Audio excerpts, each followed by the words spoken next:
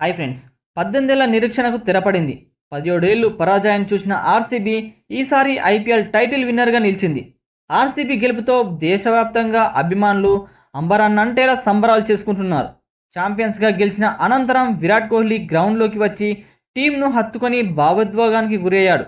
అహ్మదాబాద్లోని నరేంద్ర మోడీ స్టేడియంలో జరిగిన IPL 2025 final మ్యాచ్లో రాయల్ ఛాలెంజర్స్ బెంగళూరు తమ మొట్టమొదటి ఐపీఎల్ టైటిల్ను సాధించి చరిత్ర సృష్టించింది. పంజాబ్ కింగ్స్తో జరిగిన హై వోల్టేజ్ మ్యాచ్లో ఆర్సీబీ అద్భుతమైన ప్రదర్శనతో అభిమానుల ఆశలను నెరవేర్చింది. ఈ విజయం ఆర్సీబీకి 18 ఏళ్ల ఐపీఎల్ ప్రయాణంలో ఒక మైలురాయిగా నిలిచింది. ఎందుకంటే ఇది వారి తొలి టైటిల్ విజయం. టాస్ గెలిచిన పంజాబ్ కింగ్స్ బౌలింగ్ ఎంచుకుంది. ఆర్సీబీని మొదట బ్యాటింగ్కు ఆహ్వానించింది. నరేంద్ర మోడీ స్టేడియం బ్యాటింగ్కు అనుకూలమైన పిచ్గా ఆర్సీబీ 20 ఓవర్లలో 9 వికెట్ల నష్టానికి 190 పరుగులు చేసింది. విరాట్ కోహ్లీ 35 బంతుల్లో 43 పరుగులు ఇన్నింగ్స్ను స్థిరంగా నడిపించగా రజత్ పాటిదార్ 20 పరుగులు, జితేష్ శర్మ 24 పరుగులు, లియాన్ లివింగ్స్టోన్ 25 పరుగులు వంటి ఆటగాళ్లు కీలక ఇన్నింగ్స్ను ఆడారు. అయితే డెత్ ఓవర్లలో ఆర్సీబీ 45 పరుగులకు 5 వికెట్లతో కొంత నిరాశపరిచింది. ఎందుకంటే పంజాబ్ బౌలర్లు హర్షదీప్ సింగ్, కైల్ జామిసన్ రాణించారు. ఆఖరి ఓవర్లలో హర్షదీప్ 3 రన్లు ఇచ్చి 3 వికెట్లు తీయడంతో విరాట్ కోహ్లీ సైతం నిరుత్సాహపడిన దృశ్యాలు నెట్టింట దర్శనమిచ్చాయి. పంజాబ్ కింగ్ చేంజింగ్లో మొదటి నుంచి ఒత్తిడిని ఎదుర్కొంది. ఆర్సీబీ బౌలర్లు ముఖ్యంగా కృణాల్ పాండ్యా, భువనేశ్వర్ కుమార్ అద్భుతమైన బౌలింగ్తో పంజాబ్ బ్యాటింగ్ను లైనప్ను చాటున ఉంచారు.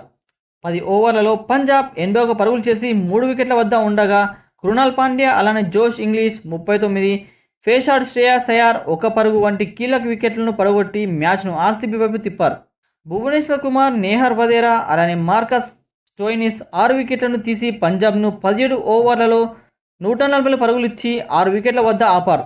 చివరి ఓవర్లలో పాషాంగ్ సింగ్ పోరాడినప్పటికీ ఆర్సీబీ బౌలర్లు జోస్ హెజల్వుడ్, యష్ దయాల్ కట్టుదిట్టమైన బౌలింగ్తో పంజాబ్కు 190 పరుగుల లక్ష్యాన్ని చేరుకోనియలేదు.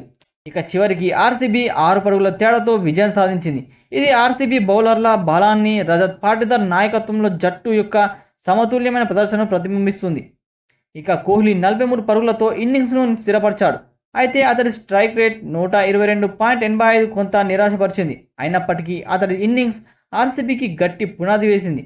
ఒక రకంగా కృణాల్ పాండ్యా గేమ్ చేంజర్గా నిలిచారని చెప్పాలి. కృణాల్ పాండ్యా 2 కీలక వికెట్లతో ఇంగ్లీష్, శ్రేయాస్ వంటి పంజాబ్ చేంజర్ను దెబ్బతీశాడు. మ్యాచ్ను ఆర్సీబీ వైపు తిప్పాడు. భువనేశ్వర్, యాష్కర్లు స్లో బ్యాట్స్తో పంజాబ్ బ్యాటర్లను కట్టడి చేశారు.